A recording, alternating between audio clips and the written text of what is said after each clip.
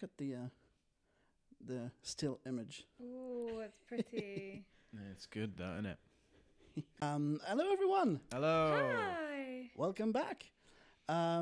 Provided as it's actually a birthday week, because Anouk is coming up in a few days, I figured we could also do some shout-outs here about people that are somewhat involved in the movies we talked about earlier. Okay. And today is the 12th of September. In our John Wick episode, you can go check that out right now, is Alfie Allen. And he turns 32 today. Ah. Oh. Yes, We yes. do like Alfie Allen. Yeah. Well, in my mind, up until Game of Thrones, probably, it was just Lily Allen's brother. Yes. But he made a first name for himself quite well. Yeah. Yeah. He's a great actor. Or Hans, Keith Allen's son, to be fair. Yes, There. that was the first one. Keith Allen. Okay. Am I a little bit low? No, I'm a little bit low. Does that sound better? Yeah, Or it does sounds great. Okay, sorry. Am I a little bit low? Hans Zimmer turns 61. So he was in Buggles. In the Empire Records, we have Video Killed the Radio Star. Do you mean the Bungles? The Buggles. No, the Buggles. Buggles? Yeah. Oh, it was the Bungles. No, it's the Buggles with okay. 2 G's. And maybe your sound is a bit lower than ours. Try again. Adams. Yeah, I'm alright. No, it's just I'm back further away from the mic, so. Okay. So yeah, he was in Dynamic range. apparently he was in the band for some time, but it's not easy to find anything online. But apparently he's in the music video for the Video Killed the Radio Star. So if you want to see what we talk about that music in our Empire Records episode, you can go listen to that right now. Also, Hans Zimmer we should probably talk about some movies he did at some point, because he did the music for The Lion King, and there is a live action coming up, so we'll probably do the original at some point. Yes, is that with Beyonce and Donald Glover? Yeah, I think it is. Yeah. I thought Elton John did the music for Lion King. Well, that's not what is on. Like Elton John wrote, Maybe. Can You Feel the Love? I don't know. Yeah, he did. I'll double but check that. Hans Zimmer will be involved in the But he's actual soundtrack, Adam. Supervising the whole. Well, actually, okay, I have Hans Zimmer Live in Prague Blu-ray that I purchased some time ago, which is fantastic because it has an Atmos track, so the sounds is everywhere, and it has all of this Gladiator stuff, Madagascar, Sherlock Holmes, the Da Vinci Code. The Lion King. No, you're right. I checked. Circle of Life and King of Pride Rock, Pirates of the Caribbean, Rain Man, Man of Steel, Amazing Spider-Man 2. Well, Dark Knight Trilogy. He did that.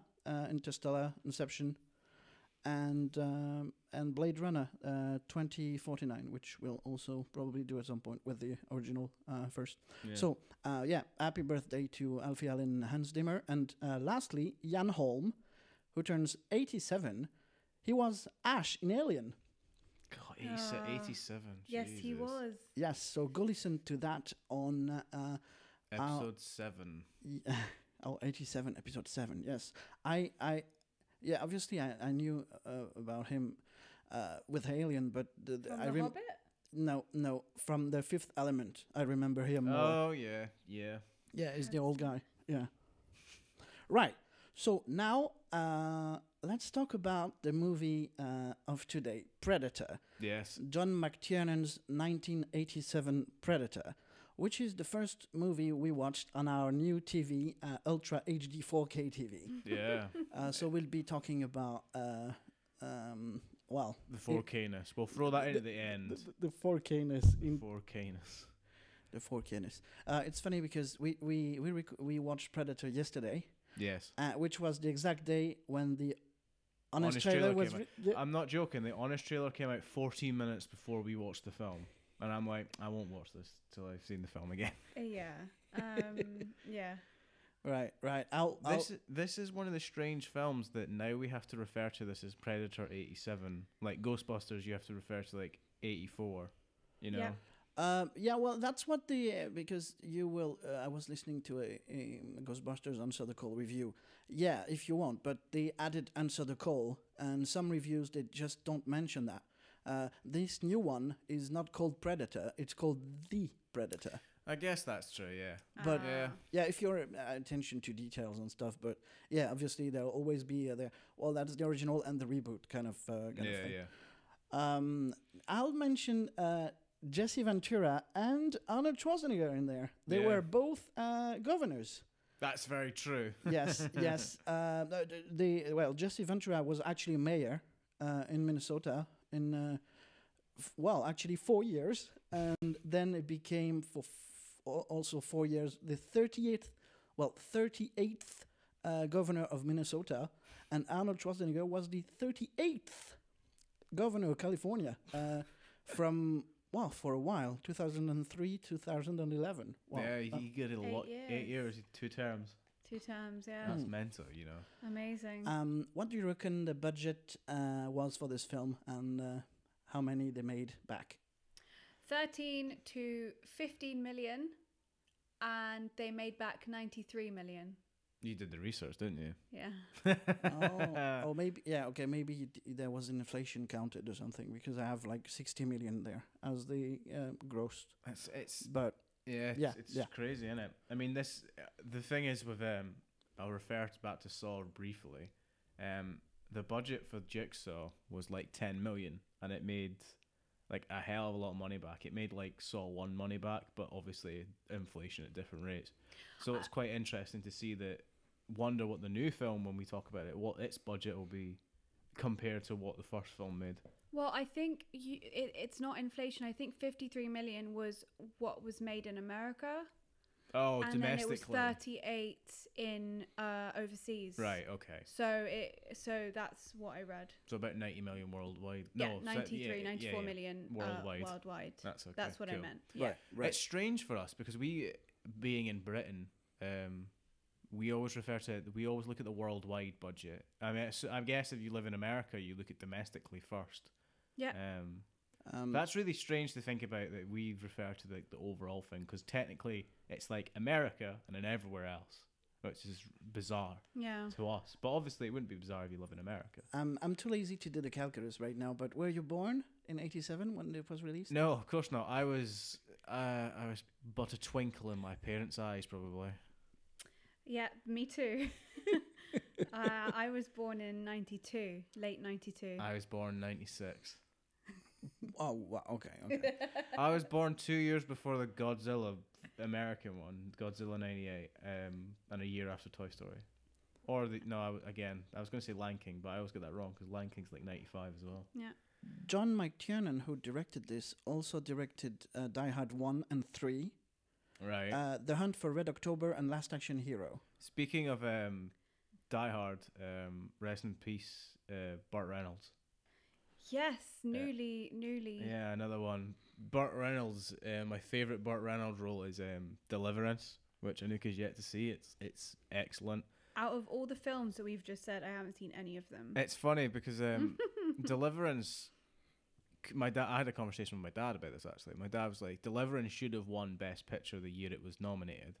But unfortunately for it, I think it ran the same year as Godfather, which absolutely annihilated at the box office. And then the year before that was The French Connection. Yeah. So two amazing films that it just had no chance, even if it come out either year. Yeah. But that's why you should always look at nominations as well, because sometimes nominations are as good as the people that win. It's just depending on the time and the year and the types of films that they're... Do you know what I mean? So when you're looking back, it's good to look at like what films were actually nominated as well. The reason I bring up Burt Reynolds, Yann, is because Burt Reynolds famously passed on Die Hard. Burt Reynolds was offered Die Hard. He was also offered James Bond. Yes. Right. Okay. Mm-hmm, mm-hmm. Wow. It was your first time watching this, Anouk, right? Yes, it was. So, do you want to do a plot summary? Go on then. Right, okay. So you've got Arnold Schwarzenegger, who is like a someone that is I don't know, brought in like a specialist. He's like a merc, I guess. Yeah, exactly. So he's brought in, and he's got these really amazingly trained guys with him, and they're brought into Central America somewhere. Yeah, they're in Central America. Yeah. And he's told by one of, I don't know who they are actually, but like they tell him that there are some politicians in the middle of Central America and they've gone missing. And they need to be saved, and so they need to go in, and it's all very like, you know, get in the chopper and get my men back, and it's all very macho, and everyone's saying, you faggot, and you know. Yeah, that's the one line in the film you go, oh, this bit didn't age well. This was 1987. Yeah, that didn't age well, that joke. In the last episode we recorded, I said I'm not watching any trailers anymore, which is correct, but I still watch honest trailers, and I watched this one after we watched the movie. Yeah, me too. And they tackle on that. They made that joke too. Yeah. Have you seen me and Anouk watched the final trailer for the new one today? No. We were just like, what on earth? Like, you're in for a treat tonight because it's like, it's tomorrow. What are they doing? Tomorrow. Tomorrow. It's basically then they just find out that they are being hunted by something that they don't know what. So, and then blah blah blah. That's kind of without spoilers, but yeah, cool. That's very nice. You forgot the key scene. This film opens with the alien arriving. Yeah, that's what they talk about in the honest trailer. Which it's there's no suspense. It's like it's an alien. Yeah, they could have made without that scene. I love that bit, the honest trailer. Oh, it's so funny. He's like, just I don't know what it is. It's an alien. We saw the spaceship. I don't know what do you think it is? It's an alien, guys. It's like, did you not see the first minute of the movie? You're talking about Central America. So there is a Hollywood writer and producer who worked on several movies, including Commando and Die Hard 2, where he created a fictional country called Valverde, and he estimated that this happens in Valverde. That's how he retconned the thing. Well, my point being is I am actually donning a certain hoodie, and it's from Last Exit to Nowhere, and I'll talk about later if you don't see what it is right now. But they also have a Valverde, like a Viva Valverde T-shirt on that website. I've been to Valverde. I've been to a holiday resort called Valverde, and I can't remember where it was, but that's quite funny that they've named this fictional country, and then years and years later, out of complete just like, oh yeah, we're going on a holiday to Valverde. I'm like, all right, okay. I thought your hoodie was the last bit, you know, when it's on his. Yeah, that's what it is. Right? Yeah, but that's okay. I'm coming about with that specific bit. Why afterwards? I jumped the gun. Yeah, I was just talking about another one, and I'm not. I never realized before watching the credits in this one that Shane Black, so Rick Hawkins, he's the same guy that is firstly wrote the new Predator and directing it. Yeah, and that's quite cool, I thought. Well, he was a screenwriter anyway. Yeah.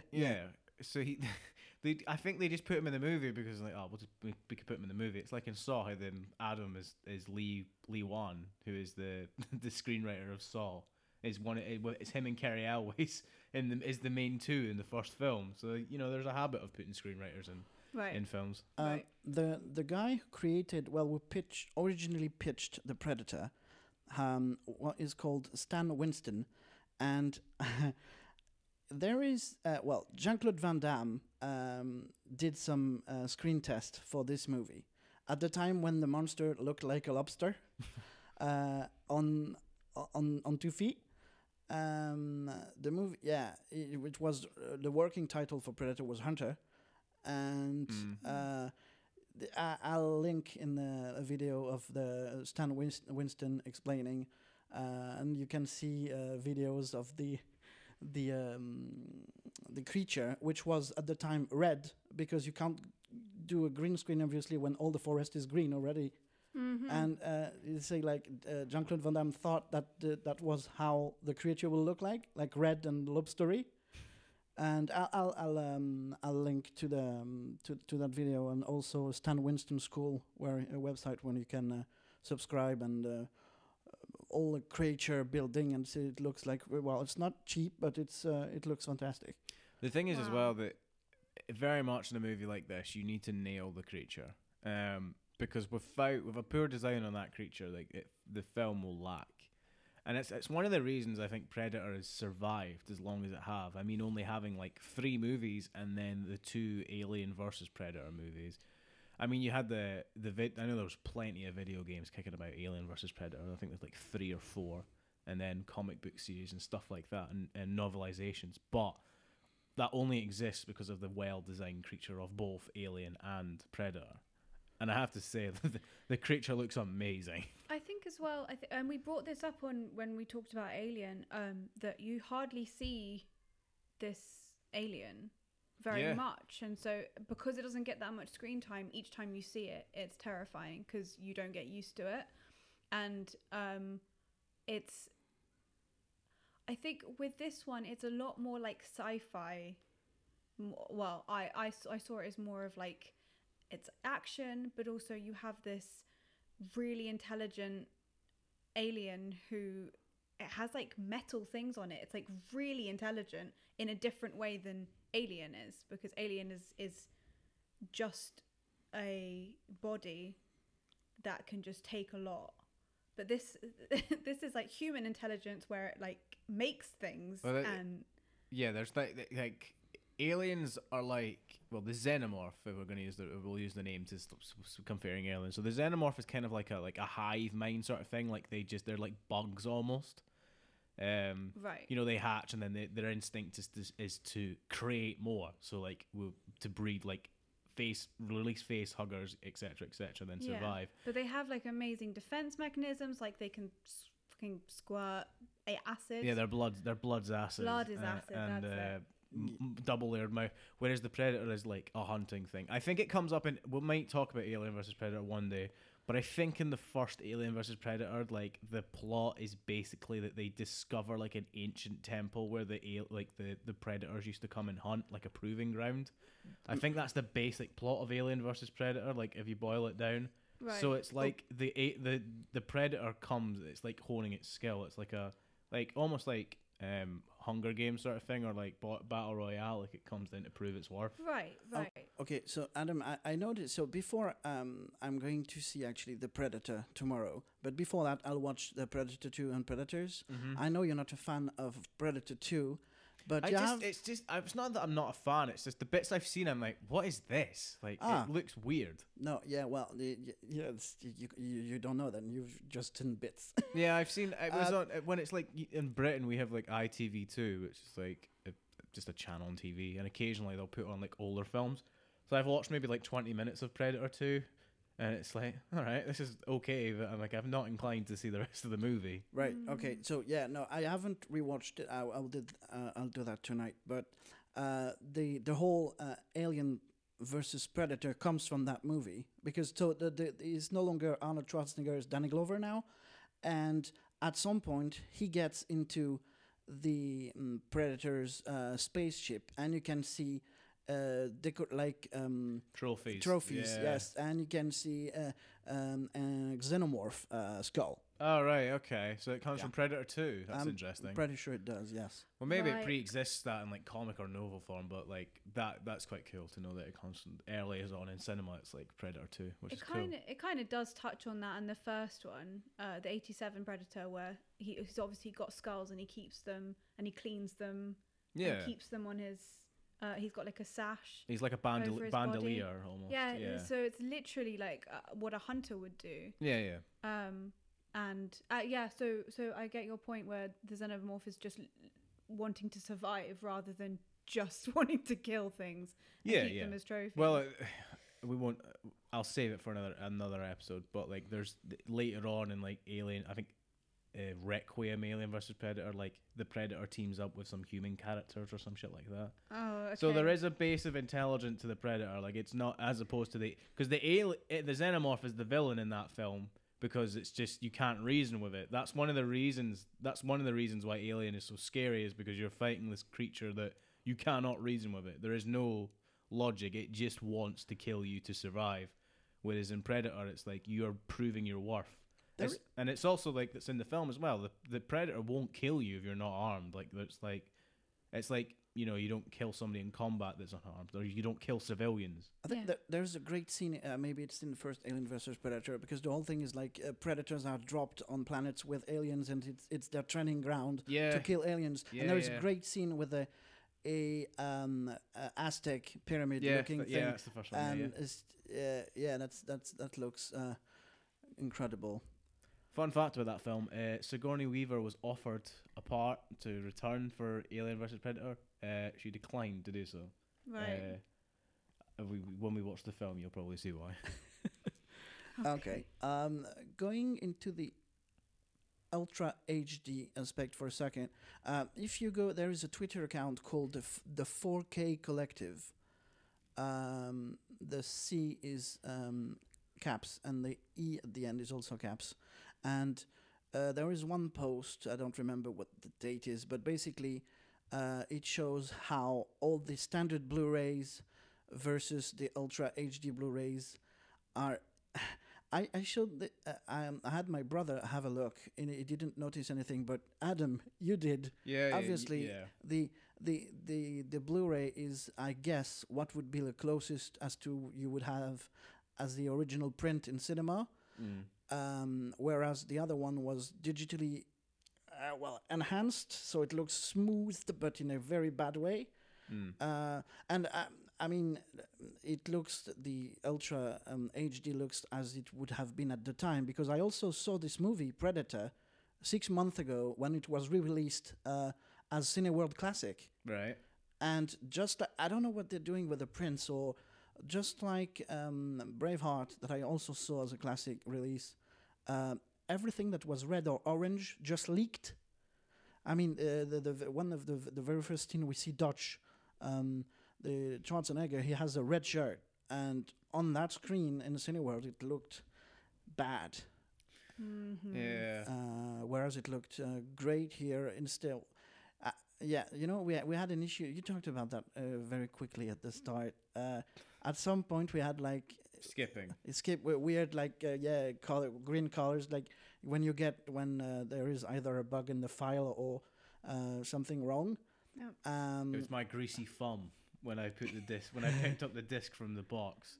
I'd like because I took it out and looked and there's a massive thumbprint on this. I'll just go and quickly clean this and put it back in. That pointed me to, I think these are the most sensitive ones, because right afterwards. All right. Actually, right afterwards, I ordered storage for all the ones that are just standing without any sleeves on the table. Nice. Because Good idea. Yeah, but it's. It looked, when the thumbprint was removed, it still looked... There was some, like, weird... sometimes it felt like it was not, like, blinking, but when some stuff that looked weird because of the restoring, probably. But what I've read is one of the best restorations for 4K is this one. And it's very well done.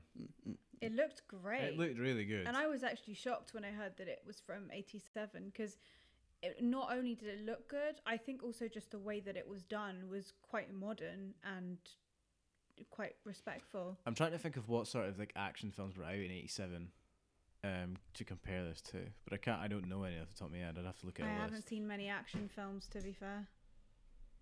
Yeah, your action film list is pretty small, but you've got films like Back to the Future, Ghostbusters, all that sort of stuff. Right.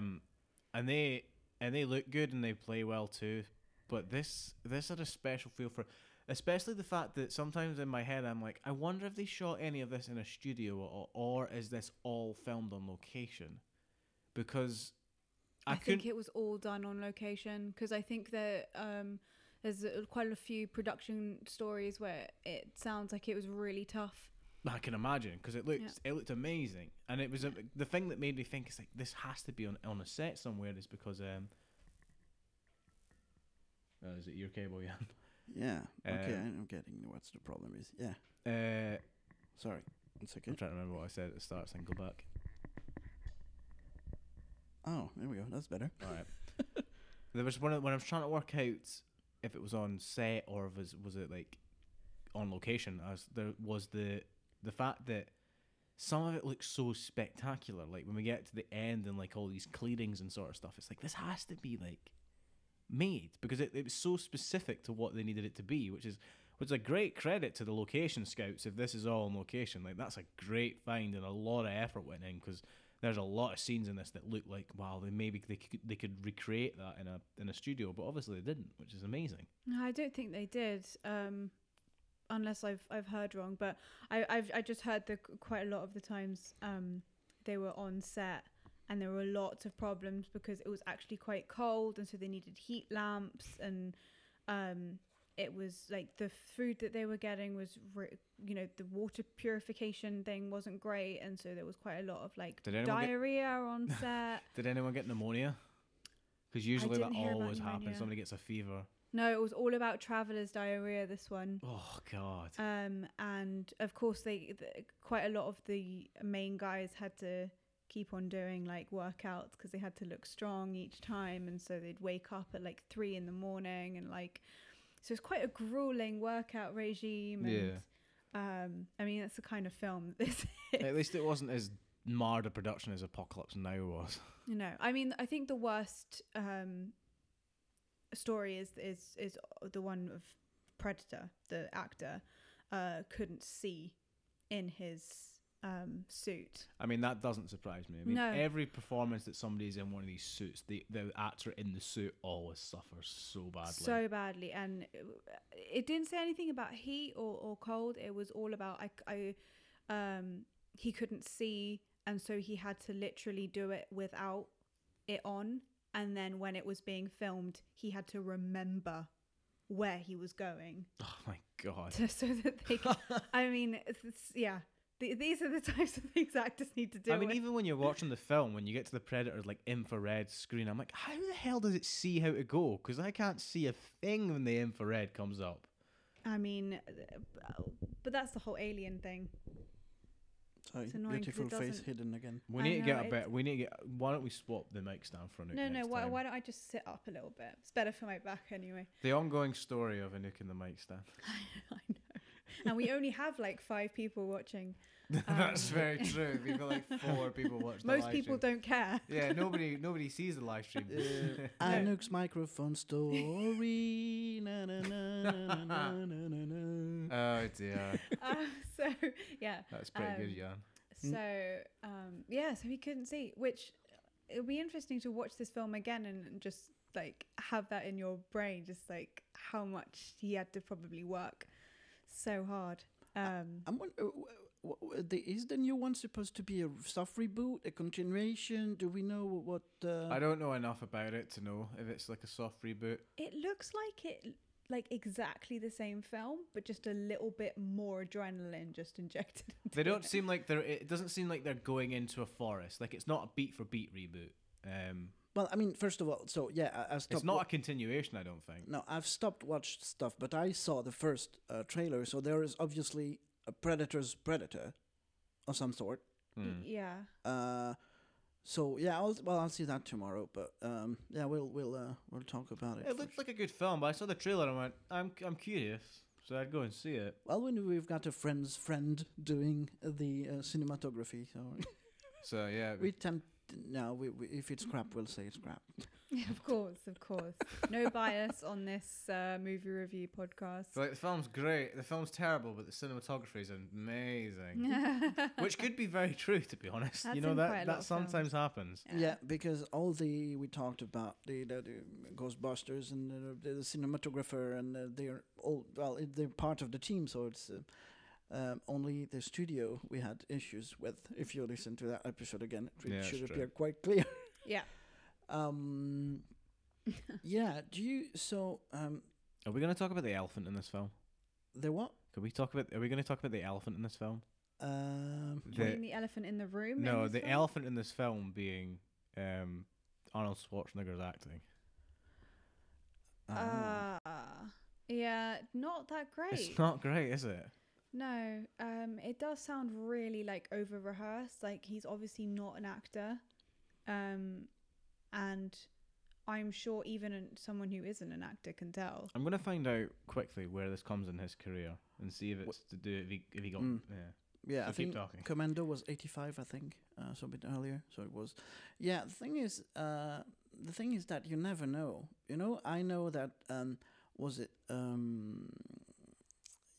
you loved the Death of an Anarchist, and I was really not happy with the second night, particularly, which you didn't see anyway.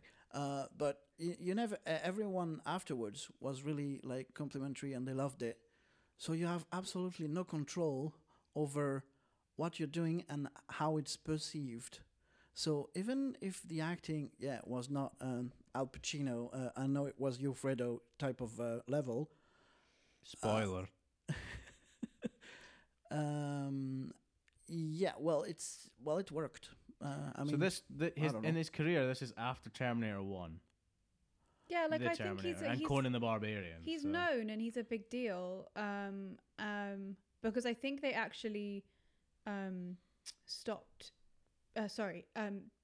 postponed filming so that he could be on board. Okay. Because he had other stuff going on. So I don't think they would do that for someone who isn't. Because he's obviously a hard worker, and I think because of this whole business, Hollywood being a business, all they care about really is that you're on time, you work hard, you learn your lines, you learn where you're supposed to be very quickly. You can multitask, and if you can do that, you get the job done. Fine. I'm sure that they don't really care if you're believable or not. I wonder if I'm judging this also with future eyes. Like I've seen better roles. You always look back at. It's difficult because you look at previous acting styles and go, God, this must have been different. But from an action film perspective, he's pretty good. I care about his character, and the characterization that he comes up with is pretty decent. It's just some of the lines that he delivers. I can't tell if it's either his fault, because obviously English is not his first language. Yeah, that can be really difficult. And then it's the lines themselves. It's like, how could anyone deliver these lines? Realistically, I didn't realize it was Terminator 1 before, so it was probably a case like we saw recently with Dominic Cumber Penguins, and the fact that they waited to get him into what was it? Doctor Strange, because he was doing something else, so they waited for a month. Penguins. I'm sorry, that was just brilliant. It was so good. Benedict Penguins. Penguins. If we ever have him on the show, wow, we do March the Penguins. It will be focused on the David Attenborough documentary on penguins. Penguins. Terminator. Anyway, it was suiting the. Anyway, whatever happened or happens, or he's now. Well, the choppa. That's him forever. Yeah. Yeah, there are some cracking lines in this. I don't have time to bleed. I think that's the thing. It's like there are so many different types of actors. Yeah. He's just on a certain level, and it's kind of fine. I'm not sure how it is, but it is, because he's not exactly a bad actor, because it's not like he overacts. It's just that he only does what he's supposed to do. Yeah, and he was typecast. Yeah, also, absolutely. It's something that completely shifted another action star. I'm not sure if it really happened for Arnold Schwarzenegger, but Jean-Claude Van Damme, what he's doing right now, right, is when you watch very early interviews with him, he says he just done blood sport and he want to go towards drama, which he never did up until these days. Right, okay. Which is quite great. I have no idea if... I know he did comedies, Arnold Schwarzenegger with the Christmas thingy, or Twins. Jingle All the Way, Twins. Oh, wow, yes. The worst film, one of the worst films I've ever seen is Mr. Mom. Is it Mr. Mom? There's a film where Arnold Schwarzenegger is pregnant. Yes, I remember. Is it Mr. Mom?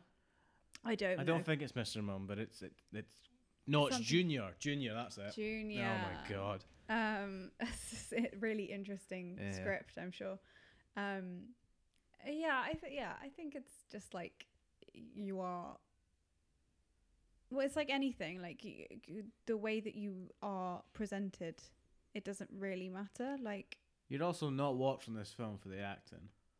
no, and because it's like an action film, there's quite a lot of stuff going on, and because he's known for his bodybuilding regime. Yes. That's kind of what he's supposed to be doing. Like he's a strong guy. Mr. Universe. Exactly. Yeah, that's true. It's like again in the Honest trailer. Who's the guy that voices it? Because I don't know. John Bailey. In John the Bailey? Honest trailer? Yeah, in Honest trailers. Yeah, John Bailey. Yeah. Right. So he even talks about how when he meets, is it Carl Weathers? Yeah, Or is it Dylan? Bill Duke? Which one? No, Yeah. the handshake. The handshake. That's Carl Weathers. Carl Weathers. Yeah. That's like the best handshake in all handshake history. And it's so true because it actually took me off guard. Like when they handshake, I was like, "Oh, holy shit!" Like you can see the veins and it's like really intense. It's in the website, the Twitter thingy. It's one of the scenes from that moment. You can see the face of Carl Weathers in Ultra HD and the Blu-ray. It's the other one looks like a cartoon. It's weird, smooth, and it looks nothing like the grain of the film at all. It's weird. If you're not aware or you don't care, my brother just didn't notice, but we do. Yeah, we do. And we'll after we're done recording, probably quickly, I'll show you the standard Blu-ray. You'll see kind of directly what I mean, Right, because it's quite sad. Well, it's quite weird. So on that regard, I would recommend getting a 4K TV and the players. That is. By the way, Sony PlayStation, they never chose the option to go Ultra HD. The only way you can see 4K is via the internet. Yeah, we watched this. Well, we're going to do a segment at the end, but we can do it now. We watched this film via the Xbox One X, which I own. Mm-hmm. One of the selling points of that console is the fact that it does have a 4K Blu-ray player built in, where the PlayStation doesn't. Because I'm going to say it now, the Xbox right now doesn't really have the games to sell the 4K-ness. I mean, Sony has just killed it this year. Right. Just obliterated the Xbox in quality of games that have come out this year. Like, it's shocking.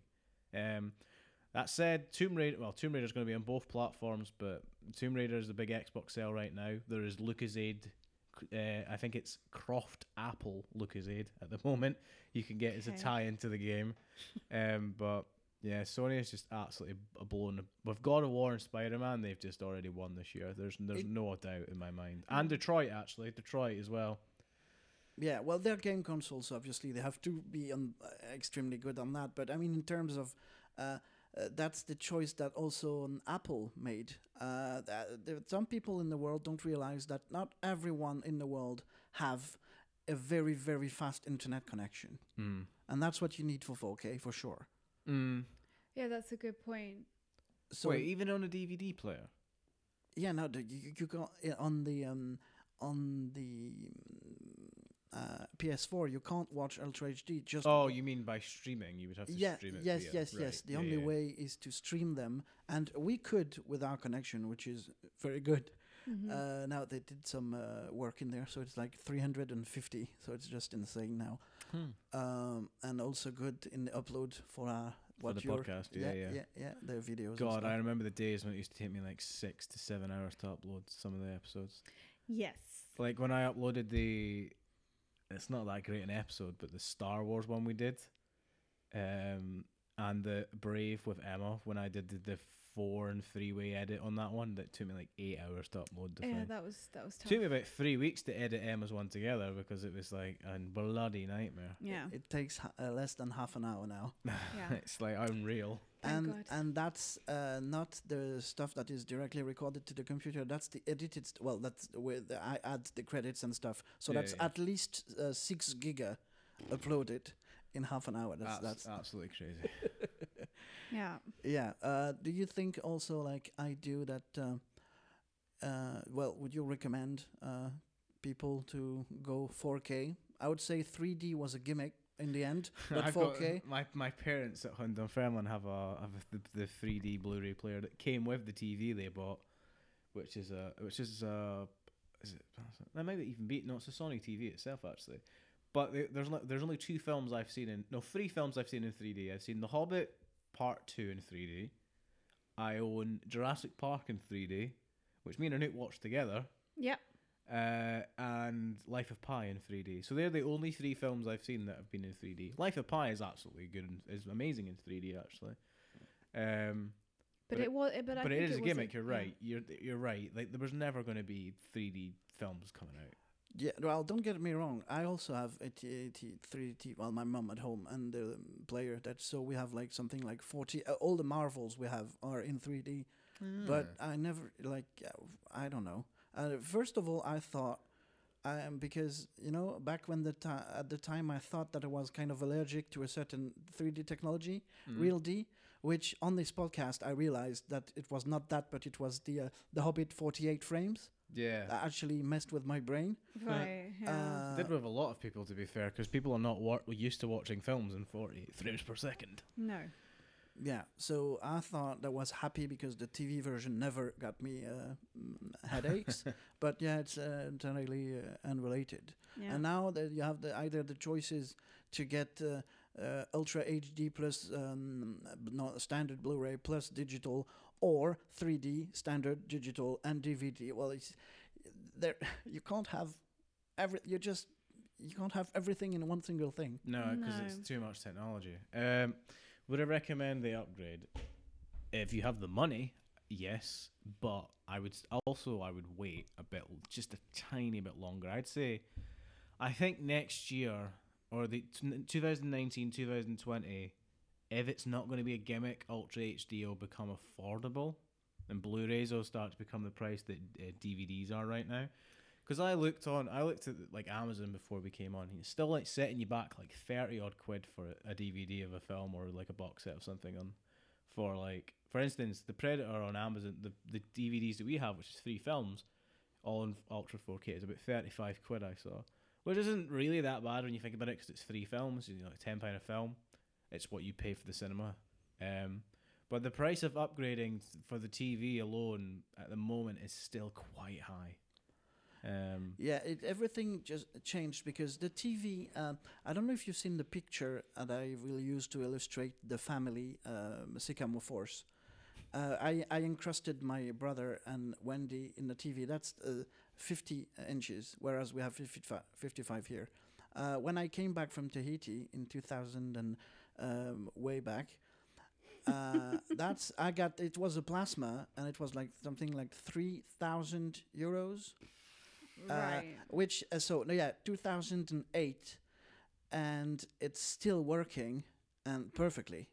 No worries. Whereas this one that I get which is 600 pounds. Was this 600? Yes. I thought this was like 800 pounds or something. Oh, like 639 or something. That's pretty good. And it's insured. Well, it's like guaranteed for 5 years. Right. Okay. So that weird thing that we have sometimes, if it comes to be consistent, I think it comes from the box. I'll have the guys come because it gets annoying when we play and stuff. Yeah. But the was it Pioneer Kuro 50 inches, 10 years, nothing ever stopped working.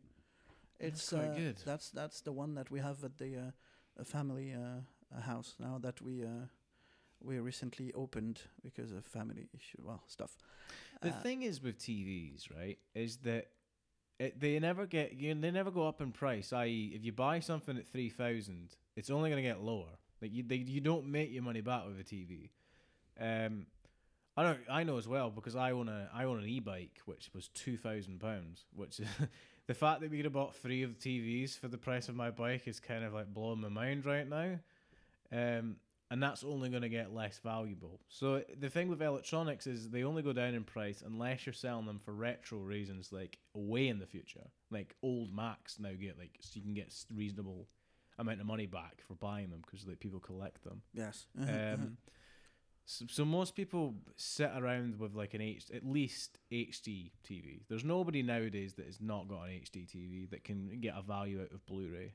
Yeah, and I would say also the size matters, as they say, in the movies.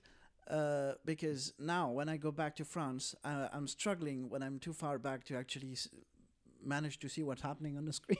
To be fair, the 55-inch TV in our living room, for the size of the living room, it's fucking huge. It's crazy. Every time we come in, we've been away for a while. Like, Jesus, our TV is enormous.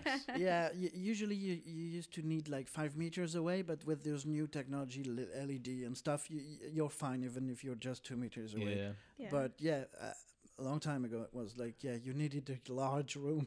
I mean, even our TV is about to become outdated in a way because they've just like 8K is about to come out. Yeah, that's just like, what are you that's doing? Samsung, the same model. Well, the same just a brand. crisper version. Wow. Yeah, because that's how it's filmed in movie. Like they always use the latest. So I think 2 years ago it was 8K. They're filming in 16K now. The red. Red Phantom cameras. Yeah, and now that the 8K is appearing as a consumer thingy. That's mental. Wow. Yeah. Would I, to come back to the question of like, it is worth the upgrade? If you have the money, I'd do it. For everyone else, wait just like 2 years or a year and a half maybe, or like if there's an Amazon Black Friday sale. Yeah, if you really want it, I would recommend anything. I really want to get Planet Earth 2 because in Ultra K, which we might not even need because I think it's on Netflix and because. Yeah. Let me cut you. What I actually ordered it, but I forgot to take it in the mail thingy, so it's waiting for me in France. All right, cool. I was supposed to. I just when I left for France to come here, I just forgot to get to the post box where it was waiting for me for 2 days. Oh no. Yes. It might even be on Netflix in Ultra K, which with our internet we'd be fine with, but it would be cool to see it on the Blu-ray because that probably is where the best quality is. I mean, the UHD DVD. Yeah. That's going to be a new thing, saying the UHD DVD. Yeah, I mean, the fact that Microsoft chose to have you also have the choice to get a standalone player, obviously. Yeah, I mean, the Xbox One X retails about $399 right now. Or is it $300? It's between that. To be fair, you pay up because you want bigger hard drives and games, etc., etc. The console itself is pretty good. I really like having both now, the PS4 and the Xbox. I really like the Xbox's flow. You can jump in between different apps without having to shut things off, which is really good. With the PlayStation doesn't have that. But the PlayStation right now has the games, unfortunately. Yeah, well, we're reaching an hour and 12 minutes. So do we have anything else to add about the film? The film itself? I really enjoyed it. I really enjoyed it too, actually. It shocked me as well because I've always told myself that I wouldn't like something like a film like this. I need to stop telling myself that I'm not going to like something before I even know anything about it because I do this all the time. And then I'll like be forced to watch something and I'll be like, do you know what? I really enjoyed that. So, Anouk, shut up. Yeah. Because it flowed really well. Like the characters were really interesting, even though you didn't really know any of them. Like the character development wasn't really the sole thing. But somehow it was interesting enough to be like, oh my God, I'm really upset that character's just died. I'm not really sure how they did that, but that's pretty genius. That's pretty well done. And then the colors of the trees, like the whole canopy was it was beautiful to watch. And somehow it just had a really nice flow. I don't know, yeah. As an action horror film, this is pretty good. I mean, action horror is like a genre that doesn't really exist anymore. Really, it's all like horror chains. Like we're all in these like the Nun just came out, like a spin-off to is it not Insidious, the Conjuring spin-off or whatever. We're in that era of like it's like all these like ghost paranormals, all that kind of jazz. So seeing like a hardcore action horror film was quite fun. It's refreshing as well. I love that word when we come to films that are either old that it feels new, or it's something new that we've done now. But refreshing is good. Predator, highly recommended. I super enjoyed it. Yeah, really nice. Cool. I'm looking forward to seeing The rest of them. Yeah, the new ones. So there are two other things on the Last Exit to Nowhere. There is a Gatling gun T-shirt, which Nice. was we loved that. Me and my cousins and I, when we watched the Gatling, it was just the whole concept. And when you know that on Navy ships there are some huge ones that are supposed to shoot like 10,000 rounds a minute. Whoa. Yeah, that's the ones that we have in front. I think they are so powerful that we actually can't put them on our own ships because it will rip the deck apart. So yeah, that's some weird stuff. Anyway, so the hoodie I'm donning involves one of the weirdest sequence of movie history. They could easily have had added like any other type of explosion following that countdown, but it was a nuclear explosion, which you're not supposed to survive that when you run away less than 100 meters from it. Of course not. And I mean, like, what?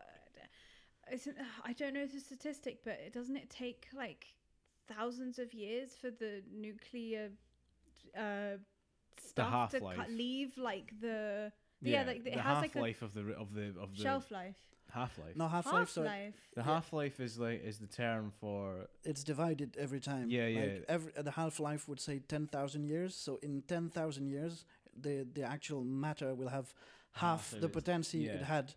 Wow. Yeah. So, but that's the remains and stuff. He should have been blasted by the actual blast. Maybe it was an alien nuke, so it's not actually like radioactive. It's just like a massive explosion.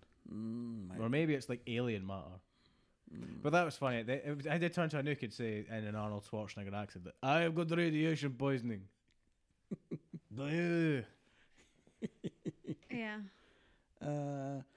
Yeah. 52 minutes. Cool.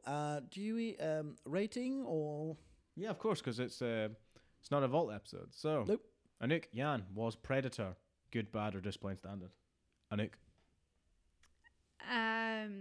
So it was good. Yeah, very good. And I will put a surprising flair on it for me. The flares.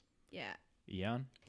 Yeah, I put it also in good because it was not influential at all, really. So that I would put that in my Vault masterpiece. Yeah, not really. No. Yeah, good and a flair of I would say fun. Yeah, it's fun. I will also say good, and my flair is 80s. Yeah, it is. Cool. There we go. Before we go, yeah, I'll ask another question, which is, well, Yann asked earlier, but we may as well form it as a question at the end of 4K episodes. So, Anouk, Yann, was this worth the upgrade to 4K? I would say definitely. I think 4K is a really, really good thing if you can get your hands on it and can afford it. Yann? Yeah, because you talked about the colors of the trees and everything. When we watch it like for 5 minutes after we're done here, you'll see that it won't be the same on the standard Blu-ray. Yeah. I agree as well. I agree that, because mainly I'm framing this question of like, say you already owned the film, would it be worth upgrading to the 4K? And I'd say yeah, it absolutely is. Yeah. Excuse me. It looks a bit like, I don't know how many times I've purchased some movies because of the formats and everything. Like, if you got what are they called, HD DVDs at home? No, I didn't. No, or Laserdisc. No. Laser discs are great. 8-track cassettes. No. I didn't get. But it's I don't know. Like if you don't count the errors, I think I got Jurassic World twice. What, the reboot or the original? The reboot. Reboot, right. On the same format, which was weird. I don't know. But yeah, there are some movies that I have in DVDs, and it was not a package. Like, I actually purchased the film 3 or 4 times. I've got one of them. I purchased the SpongeBob movie about 3 times because I kept losing the disc as a kid. And I used to have Rocky and Bullwinkle on VHS, and then I upgraded to DVD. And it might go in my vault at some point. We need to talk about the Rocky and Bullwinkle movie because it's really good. Cool. Anyway. we're getting very good at this 1 hour thingy. Yeah, like we said in a previous episode, the 1 hour mark is a kind of goal for us right now, just to see if we can do it. Because obviously, when we do Wood and Goal, which is coming soon, hopefully, they'll definitely be under an hour, and it's interesting if we can get like enough talked about within an hour. And but also with regards, it's like if a film warrants us talking more than an hour about it, there is no limit for us to go for an hour. I'd say 90 minutes is maybe the ultimate goal of like a longer episode. 2 hours if it's like a guest or like super interesting, like it's like multiple films we're talking about. An hour is fine. Yeah, like, it doesn't feel forced at all. Like I feel like I've said everything I wanted to say. Like it's a nice time. I think our pace as well has definitely picked up as we've got better at these. Like Sure. It's now we talk. We probably actually in our previous 50, well maybe like episodes 1 to 10, we could have done like in an hour, but we've talked like an hour's worth of content within like the 2 hour an hour mark because we're like taking it slower and being like relaxed. But now that we're like we've got a system, we've got like we warm up, we get ready for all the episodes, like we're ready to go, we're punchy, like we do everything within an hour. Yeah, I have the feeling I remove less dead air now than I used to. Like Yes. when an episode recorded is 1 hour, now it will be like probably 58 minutes when it used to be like probably 10 or 20 minutes less when edited. But we are still... We're getting better. Yes, we do. We won't limit ourselves when we have guests, especially the Ed Fringe this year episode coming, because we'll try. It's not a done deal yet, but to have 3 guests, one from each ACS year. Yeah. If we manage to do that, we just won't limit our time. That'll probably be like 2 hours, maybe an hour and a half. Yeah, probably. the longest is, I think it was Laura, 2 hours and 46. Well, that was because Yann, we didn't have testing wine. We had like glasses of wine. Me, Anouk, and you drank 9 glasses of wine, and Laura, God bless her, because she had rehearsals the next day, had like probably like 7.5 to 8. Like for the last 2 or 3, she was like just a little. She was like, please stop. Please slow it Guys, down. I've got work tomorrow. And the other one, which is probably as long as the compilation one that we did, all the questionnaire answers. I'm currently trying to work on like a best of thing. Like I'm slowly going through episodes, listening to it, and like writing down time codes, which is fun to actually learn what we've talked about and what's actually funny. Time codes is that's the key. Because notes just. I used to write stuff and in sequence, so you've got some chunks of text explaining what was inside, but if you want to, you don't have that yet. Yeah, it's the only way to do it. Yeah. So you should. I haven't yet used the stuff we recorded, the plugin, like standard one. Oh yeah. So I'll need to add that at some maybe starting this episode or the previous one. I'm not sure, but anyway, thanks for listening. As always, you can find us everywhere, and you'll hear about that in a second. Yeah, you're gonna hear my lovely voice. Yes. So thank you again for listening, as ever. And Thank you. We were Adam, Anouk. and Yann. Bye-bye. Bye. Bye. See ya. Thank you for listening to another episode of the Good, the Bad, and the Just Plain Standard podcast. If you like what you heard, you can leave us a review via iTunes. If you want to keep up to date with what we're doing, you can check us out on Facebook and Instagram at Good, Bad, Standard Podcast on both platforms. If you fancy seeing the live streams that we talk about on the podcast, they can be found on youtube.com. You search for Milk in a Wineglass. There are other bits and bobs on there too, just to see what Yann's up to during the week. And if you really like us, like really, really like us, why don't you head on over to patreon.com/goodbadstandardpodcast and have a look if you want to support us. Any small donation is appreciated.